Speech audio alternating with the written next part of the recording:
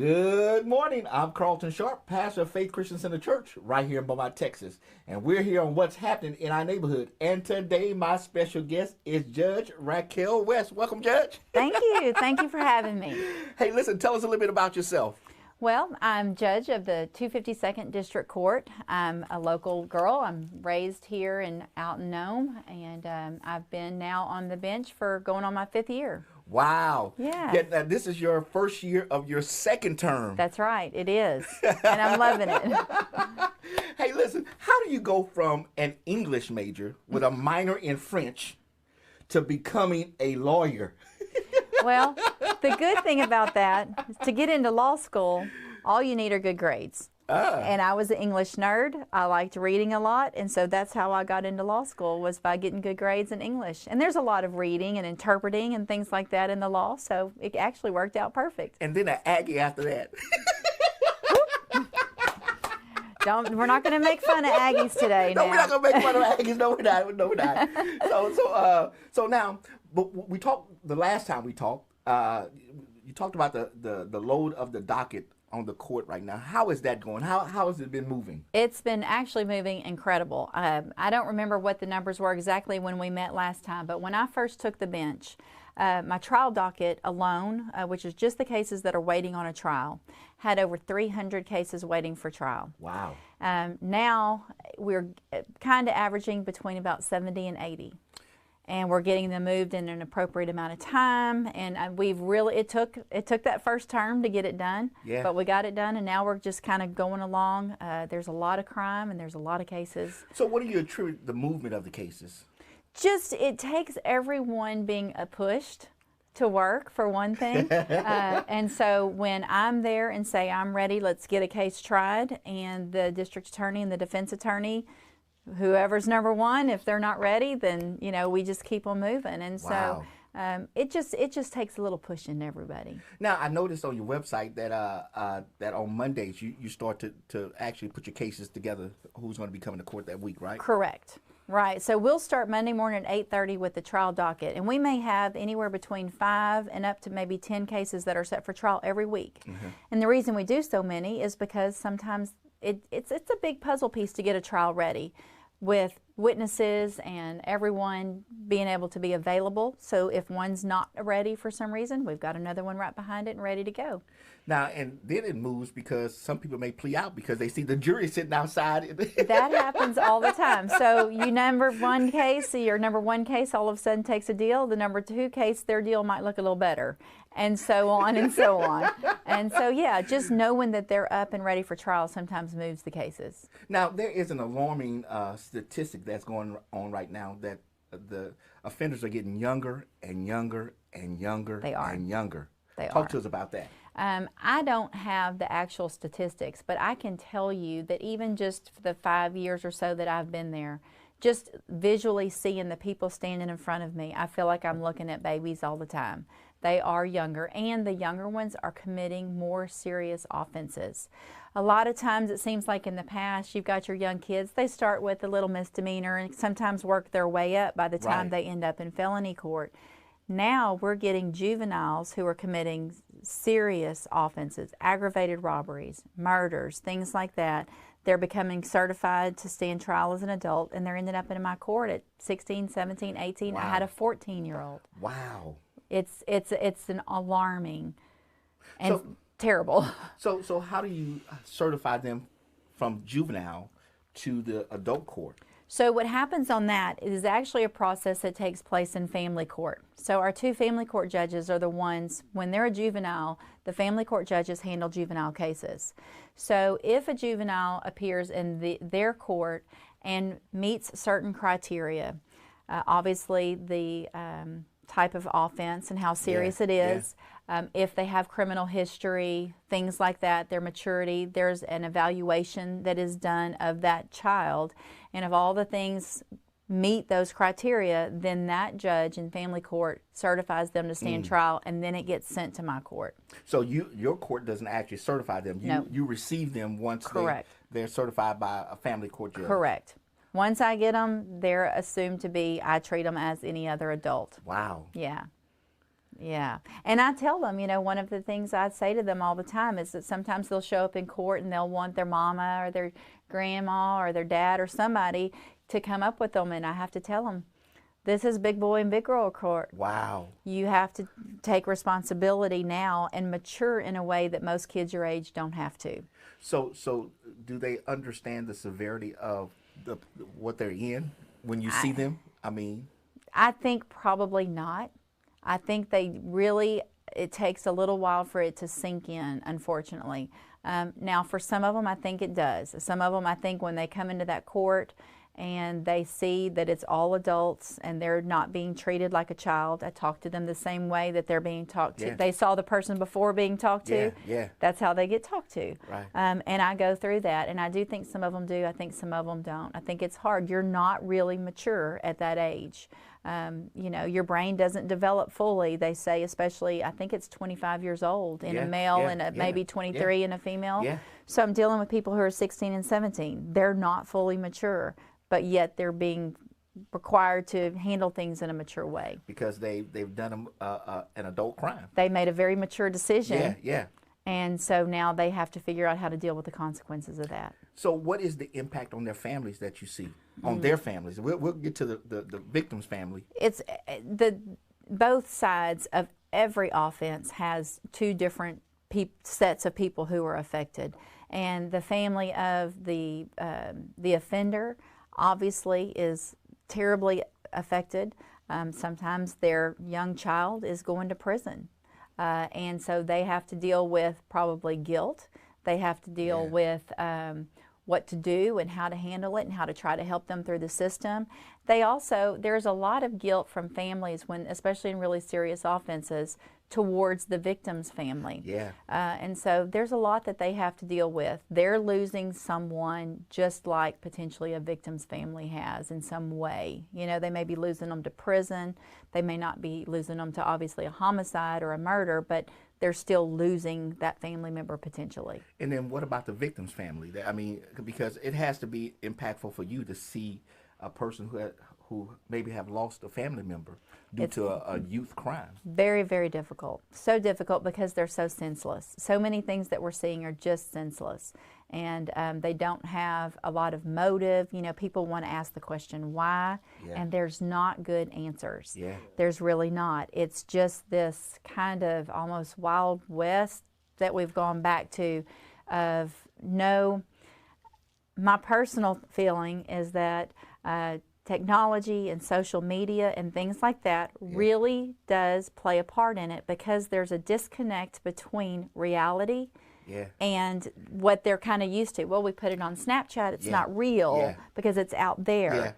That's good. And so when they do something like take someone's life or go commit an aggravated robbery with a gun, all of a sudden it's real, and I don't think they've had those real consequences yet in their lives. Yeah, it's no more play anymore. And that's a harsh reality very quick for a lot of young people who have not had consequences. Now, do you get a chance to talk to them to see what they were thinking? It depends on the nature of how the case is going. So a lot of times what happens in these cases with young offenders is they come to me and enter a plea, either unagreed or maybe to a cap of a certain amount, and then I have to determine what the sentencing is. Right. If I'm going to determine what the sentencing is, then I'm going to get as much information as everyone as I can. Right. Their attorney gives me information. I always want to hear from that person, whether they're an adult or a juvenile. Okay. And I listen to them, I talk to them, explain to them, again, this is big boy or big girl court, and this is how this is going to work, and tell me and listen to what they have to say. And sometimes it goes into my decision, and sometimes it doesn't. It just depends. Well, now, in the juvenile aspect, are you seeing more young men or young women? Young men. Young men? Yes. Definitely young men. I have not seen as many young females. I have females in my court all the time, but not the young ones like I'm seeing of the boys. So are they being influenced by older men and women to be? Oh, absolutely. I think boys are boys, and they want to be cool, and they want to fit in, and they want to fit in with the older ones. And if they're in you know, certain neighborhoods, certain areas where there are crime, you know, bad things going on, then they unfortunately tend to gravitate to, well, I'm going to try to be cool like him, so I'll go do this, or I'll do it for them to prove myself and things like that. And then maybe also is the older person may convince them that, hey, you won't do serious time. Oh, absolutely. You know? And, you know, that used to be something that Yeah. was true, and a lot of times they didn't do it, the serious time. Now they are certifying more and more as adults because of the seriousness of the offenses, and they're doing that time, even though, you know, there's some cases pending right now. Again, I mentioned before, I had a juvenile that was 14 years old accused of murder, and capital murder. And he has entered a plea, and we're waiting a trial of a co-defendant to see what happens with him. The co-defendant's an older person who I'm sure influenced the younger ones in that group to do some of what happened. So then how do you determine the range of the length of time that they're going to serve? You know, so much goes into that. There's no perfect formula for that. I'm sometimes given a range or a cap. If there's an agreement, sometimes they'll come to me with a cap, and maybe the most I can give is a certain number. And so what I'll do is just I look at criminal history, I look at family history, I look at drug use history. I listen to and read. I get letters of support for people all the time. Sometimes people have gone out on their own and tried to take some classes. Even if they're waiting in jail, there are classes offered. Some people will walk up to me with a stack of every class they possibly could have taken while they were in jail. I take that into consideration. They're not just sitting around and playing cards and shooting the breeze with their buddies in jail. They're going and doing what they can. All that goes into play.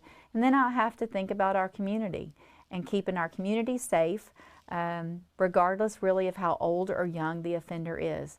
What's going to keep us safe? People are not feeling safe right now in our county. So if they bring you a range of a sentence, can you overrule that range based on the severity of a situation? Yes. What I can do with any plea agreement that is brought before me, I can reject that plea agreement. And if I reject it, then they have two options. They can go back and renegotiate and come back with something that maybe I'll accept, or it can go on the trial docket and a jury can decide that instead of me. Yeah. So, and I don't reject a lot, but I do some when I feel like something is a little more worthy of either more time or things like that based on what I see. Now the fact that you see crime every day, how does that impact you as an individual? Well, you could probably ask my kids how it affects me, and they think it probably adversely affects me more than some, because I am very aware of my surroundings. I'm very aware of what's going on in our community. A lot of it makes the news, but a lot of it doesn't make the news. You have to be able to, and I had to do it as a lawyer, and I really have to do it even more as a judge, kind of compartmentalize a little bit in your brain. It's back there. But I also have to not be a fanatic when I'm home, and I have to let my children grow up and go and do, but they know what's out there and how to be careful too. So it's hard. There are days I go home and have some hard, tough decisions to make, and it affects me, but I do my best to leave it at work. And so they're like, Mom, be mom, don't be judge right now. Yes. Yeah, it's hard to separate the two. It's very hard to separate the two. Yeah. I'm trying to help you. I know, yeah. Don't listen. For my kids, they don't get to listen. Now I also noticed that on your website, you put you're implementing online information, like the bonds conditions. Right. So people can know what if you're going to get bond, this is what the conditions are. Absolutely. We try to give as much, everything is technology driven now. Yes. The more we have on the website, the less phone calls my secretaries get. Our dockets are all online. You can look online every week and see what cases are coming and what they're set for. You can see, for instance, bond conditions, our rules of the court, things that kind of the lawyers have to know and live by. There's a lot of information you can get off the website. Yeah, and now mentioning attorneys, they know now that we're going to move this case. They do know now that. They do. They have learned sometimes the hard way, but they also know I'm very easygoing up to a point. And so I understand that things happen with cases where they're not going to be ready for trial. And if it is a really valid, you've got a witness that's in the hospital, I'm not going to make them go to trial without a witness. But we do our best to work things out where they know that I like being in trial. I like being in the courtroom, and so it doesn't bother me to go to trial. Like maybe some judges would rather, y'all take care, I'll leave you a reset because I don't feel like it anyway. If I'm not in trial, I tend to get in trouble. I online shop too much, and I get on my staff's nerves, so they need me in trial and out of their hair. That's pretty good. It's true. It's true. I get bored and I shop, and so I need to be in court. Saves me money. Now, I sat in on your court one time. I don't know if you've seen me in there, but I sat in your court one time and just watched how you actually operate. And this was a Monday, and so you were getting all the docket together. Lots goes on a Monday. And I mean, it was like boom, boom, boom, boom, boom. It is. I encourage people all the time. They will ask what I do. If somebody wants to see, come on a Monday morning. Yeah. Because we will, in a matter of about 3.5 to 4 hours, sometimes handle about 50 cases. Yeah. And doing different things, accepting pleas, sentencings, resetting cases because of different things, setting the trial docket to see what's going to start that afternoon for trial. Yeah. And I'm, like I said, I'm very easygoing, but you will see a very different side of me sometimes in court also. I have to be very serious. I can be very stern. You push me too far, there's a different, you have to do what you have to do. And coming from the law, being an attorney to being judge, I mean, you understand what the attorneys are going through. I do. And a lot of the attorneys, I was there where I was set to be in 3 courts at one time on a Monday morning.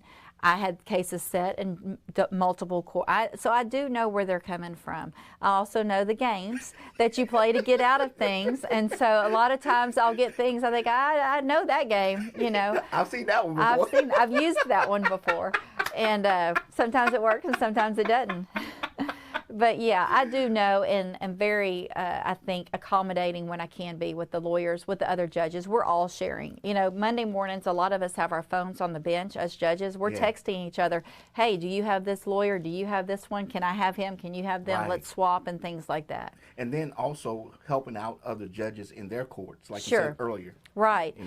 We have, our drug court has had Judge Gist in it for years and years, and he's having some health problems. And a lot of the judges, including myself, have stepped up, and we were going over and taking care of those cases. That is a very busy court. Wow. It cannot go without a judge for very long, and so we're handling those cases. And so so you see your docket, and then you determine when you can go over to the drug impact court? We're working out an schedule, between myself and some of the other judges.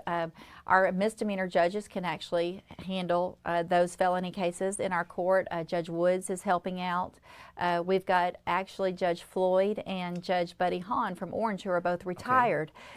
Didn't really want to retire. They kind of aged out, and so we're letting them help out, which helps them and helps us as well. So we're making it work and making a schedule. So I didn't know that you could age out of being a judge. As a district judge, you can. A county court of law judge, you do not. But for the district judges, 74 maybe, something like that. Yeah.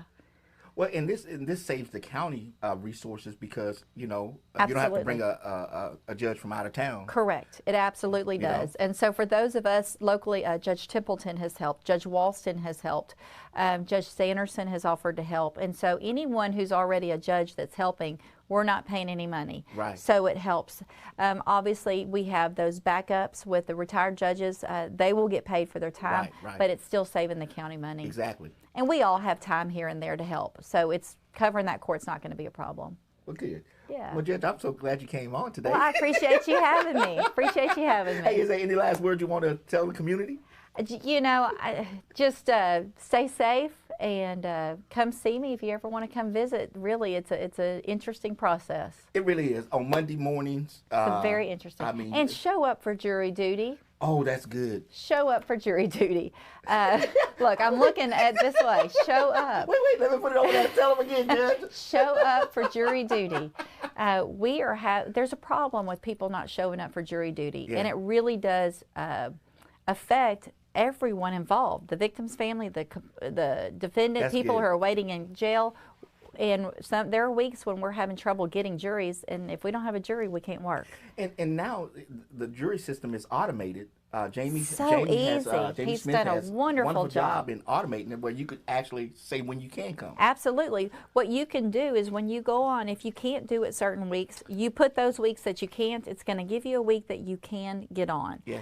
And so take advantage of it. We need our jurors. And even if it means that, hey, listen, you're sitting out in the foyer area of the court, and then all of a sudden they decide to plead because they see you out there. Well, and I walk out and I try to tell my juries who have been sitting out there, I actually go out into the hall when all of the cases go away and we don't need them. I walk out and I do my best every time to say, do not think that your time was not valuable. Yeah. Because if you weren't standing out there, those cases would not have moved. So, and I always tell them, you did a great job. Good job standing out here waiting. But it's true. Yeah, it is. The cases move because the jury's there. Absolutely. Now, okay, so let's just say, I know we were about to end, but this question came up. So if a case has a jury sitting outside, they plead. Mm-hmm. Can that jury also do the next case that's coming up? Absolutely. So what I'll do, for instance, if my number one, the jury stays outside until we are certain that this is the one that's going to trial. Gotcha. So I have had days where I can walk out and tell that jury, y'all just help me try 5 cases, because we would move 5 cases off the trial docket. Wow. Because that jury was standing there and they didn't do anything but wait. And they can get frustrated waiting, and I understand that. And that's why I try to go out and tell them, we were not goofing off in here. A lot took place just because you were standing right there. That's good. Yeah. See, I didn't know that. Right. Yeah, so once that jury, now once you bring them in and if you get started on a case and it pleads later during the case, that jury's gone. Yeah. But until you start, those cases keep moving, and they're doing a good job standing out there. Those offenders see those people. They absolutely, the lawyers see them. The lawyers see on both sides, and deals get a little better sometimes, a little worse sometimes. It just depends, but it helps move the cases. Well, Judge, I want to thank you for coming. Thank you so much for having me. Hey, thank Judge for coming, and thank you for watching today on what's happening in our neighborhood, and we will see you next time on our broadcast.